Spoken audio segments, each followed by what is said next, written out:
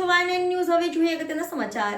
ધોરણ 10ના પરિણામ બાદ વિદ્યાર્થીઓમાં ખુશીનો માહોલ. શાળાના વિદ્યાર્થીઓએ સારું પરિણામ મેળવતા શાળા પરિવારમાં ખુશીનો માહોલ. વિદ્યાર્થીઓએ સારું પરિણામ મેળવ્યા બાદ આગળના અભ્યાસ અંગેનું કર્યું આયોજન. વિદ્યાર્થીઓની સફળતાથી વાલીઓમાં પણ ખુશીનો માહોલ.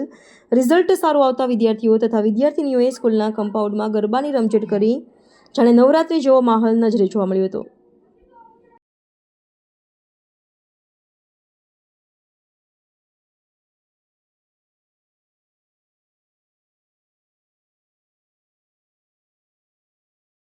મારું નામ ગરિમા જાધવ છે. હું ધોરણ 10માં અભ્યાસ કરતી હતી જય અંબે હરણી ખાતે, અને મારું પરિણામ ખૂબ જ સારું આવ્યું છે. A1 ગ્રેડથી હું પાસ થઈ છું. 97% છે અને 99 પોઈન્ટ સમથિંગ પર્સન્ટાઇલ છે, અને એ પરિણામથી મને ખૂબ જ ખુશી થઈ છે. પણ આ પરિણામ કંઈ એક જ દિવસમાં નથી આવ્યું. એની માટે મેં રોજની રોજ તૈયારી કરી છે. જે સ્કૂલમાં ચાલતું હતું એ જ વસ્તુ હું ઘરે જઈને દરરોજ 3 થી 4 કલાક આપીને ઘરે જ એ વસ્તુનું રિવિઝન કરતી હતી. ત્યારે જ જઈને મને આજે આટલું સારું પરિણામ મળ્યું છે. અને આ પરિણામ માટે હું મારા પેરેન્ટ્સ, મારા ફેમિલી મેમ્બર્સ અને મારા શિક્ષકોનો ખૂબ જ આભાર માનું છું.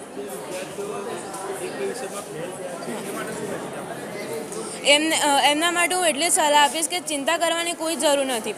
તમે ખાલી જે મેઇન કોન્સેપ્ટ હોય એના પર ધ્યાન આપો, અને એ વસ્તુને રટવાની જગ્યાએ એને સમજીને કરશો તો તમને વધારે ઇઝીલી સમજણ પડશે, અને તમને એની પાછળ વધારે મગજ બગાડવાની જરૂર પણ નહીં પડે. મારું નામ ગરિમા જાધવ. 92.33% અને 97.76% આવ્યા છે. આગળ CA માટે કોમર્સ લઈશ અને CA પછી કરીશ. એક મહત્વનો પ્રશ્ન કે તમે સોશિયલ મીડિયા ઉપયોગ કરો છો?